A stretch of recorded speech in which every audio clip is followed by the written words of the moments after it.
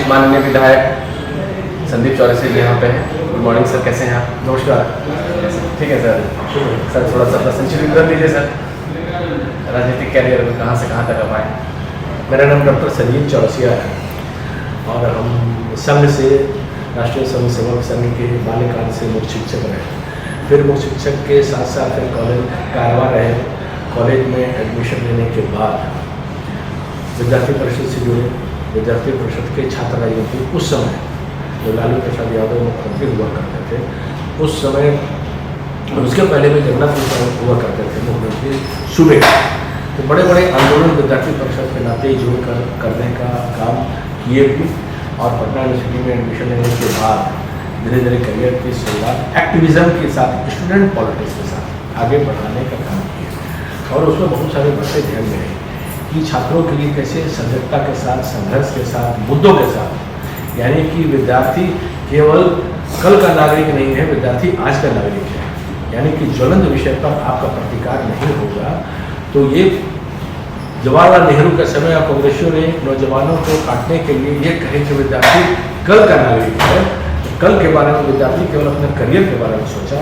हमने सोचा कि भाई जिस परिवार से हैं उस परिवार से साथ साथ विद्यार्थी आज का नागरिक है, ज्वलंत मुद्दों पर संघर्ष बढ़ाने के लिए।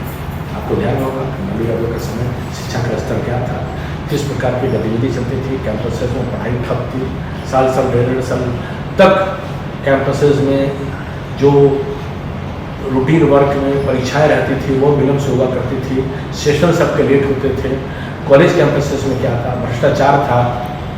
तो 94 में हमें याद है कि लगभग एक साल में 4 बार बिहार बंद का आह्वान किया। छात्र युवा संघर्ष समिति के हम अध्यक्ष भी रहे हैं, विद्यार्थी परिषद के प्रदेश के सह मंत्री, राष्ट्रीय कार्य समिति, लंबे समय तक 12-13 साल विद्यार्थी परिषद में काम किए। बड़े बड़े आंदोलन, लाठीचार्ज, जेल सब गए, सब आंदोलन को किए। तो हम कहते हैं कि 74 आंदोलन के व्यवस्था परिवर्तन के बाद 94 में भी व्यवस्था परिवर्तन की बड़ी लड़ाई लड़ी और छात्रों ने यहाँ लड़ा। पटना बिहार से पूरी की पूरा गद्दार भी आए थे। तो उसके बाद फिर पॉलिटिकल क्षेत्र में युवा मोर्चा में जब पढ़ाई वढ़ाई समाप्त हो गई थी, युवा मोर्चा में MBA मार्केटिंग किए, PhD किए, उसके बाद मैं शिक्षक भी हूँ।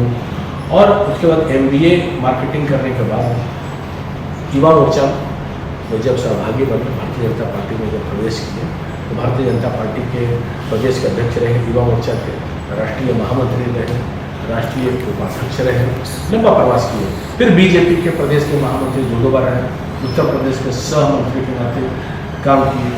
तो राजनीतिक जीवन का परिप्रेक्ष्य प्रारंभ से ही रहा है। आज एक विधायक का स्वरूप केवल दिखाई देता है, पर इसके पीछे समाज के लिए संघर्ष और सतत अपने आप को निस्वार्थ भाव से, समर्पण भाव से करने का काम किया।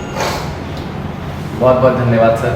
सर ये आप पिछले 2 टर्म से आप यहाँ विधायक हैं, तो आपने इस कॉन्स्टिट्यूंसी में शिक्षा को लेकर के, रोजगार को लेकर के क्या काम किया? आज शिक्षा को लेकर अनेक प्रकार के विषय, जो स्कूल का आप देखेंगे डेवलपमेंट, बहुत सारे जितने स्कूल अपने सरकारी हैं, लगभग मिडिल स्कूल से लेकर हाई स्कूल से लेकर प्रारंभिक जहाँ है वहाँ भी आज सरकार के समावेशी योजना के तहत शिक्षा के विकास के लिए आगे बढ़ाए हैं।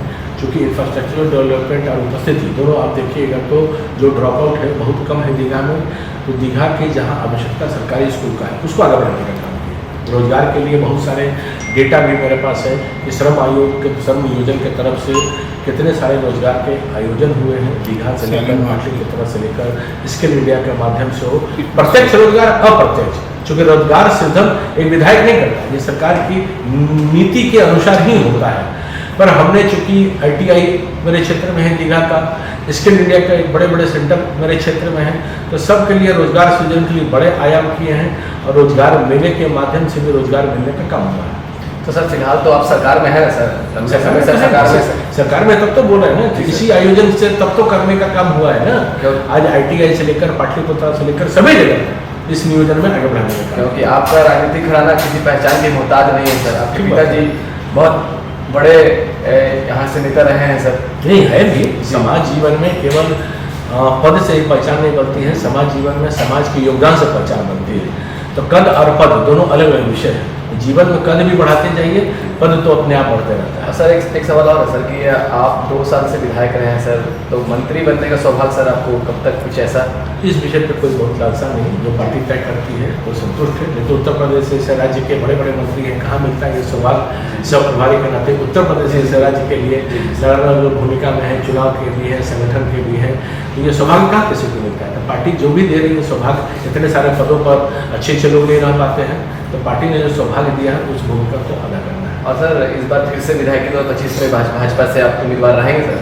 स्वाभाविक है, सबसे ज़्यादा मतों से जीता हुआ ये सीट है रीवा विधानसभा, और सबसे बड़ा विधानसभा में सही है सर? हाँ सर, सबसे ज़्यादा एक नहीं है, सबसे ज़्यादा है, बड़ा ही विधानसभा पॉलिटिकल और संख्या की दृष्टि से सबसे बड़ा विधानसभा दीघा ही है। सर कल आपके हम क्षेत्र में सर घूम रहे थे सर, कुछ लोगों की आपके प्रति नाराज़गी है, जैसे सर नेपाली नगर के लोगों का कहना है कि पानी नहीं है, रोड का व्यवस्था सही नहीं है सर, इस पर थोड़ा देखिए। एक बार बता रहे हैं स्पेसिफिक आपको बताइए, स्वागत योग्य कदम है।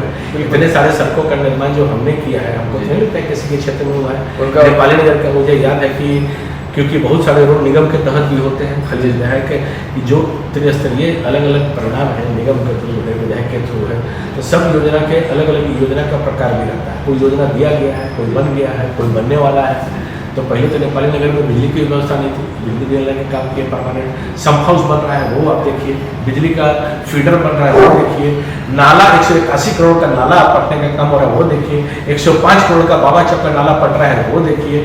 तो बड़े डायमेंशन का भी देखिएगा तो बड़े बड़े काम, कालीकरण आप देख लीजिए, आप कभी कल्पना कर सकते हैं 18 किलोमीटर से ज़्यादा कालीकरण केवल करवाए अपने दीघा विधानसभा। अल्टरनेटिव टू बेली रोड ये कॉन्सेप्ट मेरा ही दिया हुआ है कि बेली रोड का भी जाम हो तो पुनाई चक से आप निकलिए, आप अंदर होते पूरा निकल जाइए, सब RCD करा दिए। NTPC हो, आशियाना नगर हो, रामनगरी हो, बालू पर दीघा हो, इवन अब पुलिस कॉलोनी भी हो गया है। इवन आप बापू टावर के पास जो देखेंगे RCD हुआ है, पहले नहीं था, नहीं करवाया सरकार को, 2017 से लगे हुए परिणाम अब दिखाई दे रहा है। जो नहीं हो पाया वो भविष्य निश्चित तौर पर होगा। तो चूंकि मेरा ये बार बार रहा है कि बड़े प्रोजेक्ट्स को भी लेते आइए और छोटे प्रोजेक्ट को भी पहल करके बनाने का काम करिए। सर आज के युग में अभी पटना में कुछ ज़्यादा सर वारदात हो रही है, इस पर कुछ कहेंगे? आज वारदात का प्रकार आप समझिए, कोई जमीन के विषय पर हो रहा है, कोई व्यक्तिगत जमीन विषय पर हो रहा है, तुरंत पकड़े जा रहे हैं, वो भी तो विषय है। जो पहले RJD के समय इंडी गठबंधन का कांग्रेस और RJD के समय नरसंहार हुआ करते थे, गैंग अलग अलग प्रसाद के अपहरण का उद्योग बना के धंधा में सम्मिलित थे, आज क्या हो रहा है? क्या जिस प्रकार से अलग अलग राइवलरी था, आज केवल हो रहा है तो कुछ विषय पर हो रहा है, जो हो रहा है तो त्वरित कार्रवाई वो पकड़े भी जा रहे हैं। तो इस रूप में ध्यान चाहिए कि सरकार पहले तो मुख्यमंत्री निवास ही हुआ करता था केंद्र बिंदु, तो आज केंद्र बिंदु के आयाम पे जो भी हैं जिस प्रकार से हैं, तो ये सुशासन के राज्य में केवल कहने के लिए नहीं है, करने के लिए भी है, तुरंत आपको दिखाई देता है। आपके बगल में पारस हॉस्पिटल है सर, वहाँ पे इतना बड़ा वारदात हो गया सर, तो स्वाभाविक हो सकता है ये जो हुआ है इस बात तो सही है, ये हम नहीं बोलते हैं, पर जो हुआ है उसके बाद तुरंत सब प्रकार से किस प्रकार से पकड़ के और लाया गया ये आपके समक्ष है। तो खौफ भी होना चाहिए अपराधियों में, और अपराधी होते हैं। सर आशा करते हैं कि बिहार सरकार आने वाले दिनों में आप यहाँ के मंत्रिमंडल में बैठे सर। तो पार्टी का सब तय रहता है। चलिए आपको शुभकामना के लिए धन्यवाद है। पार्टी जो तय करे वो मान्य होता है। Thank you.